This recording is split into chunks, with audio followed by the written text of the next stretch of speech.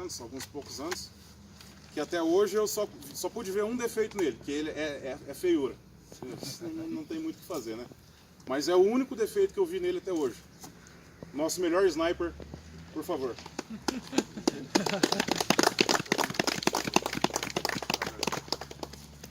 Vai pegar o surpresinha. Mente, talvez até um pouco pior ainda.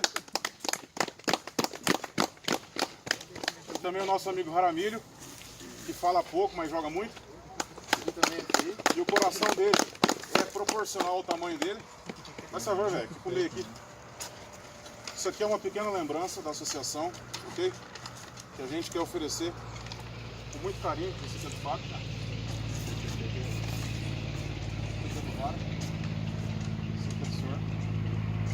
E eu quero, em nome da associação, dizer para vocês que muito mais do que vocês fizeram pela nossa associação, a gente tem a agradecer pela amizade de vocês.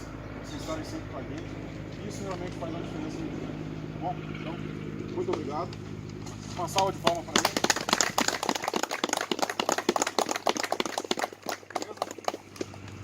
Bom, se quiser abrir para a galera ver, vai deixar todo mundo com inveja, mas se quiser abrir...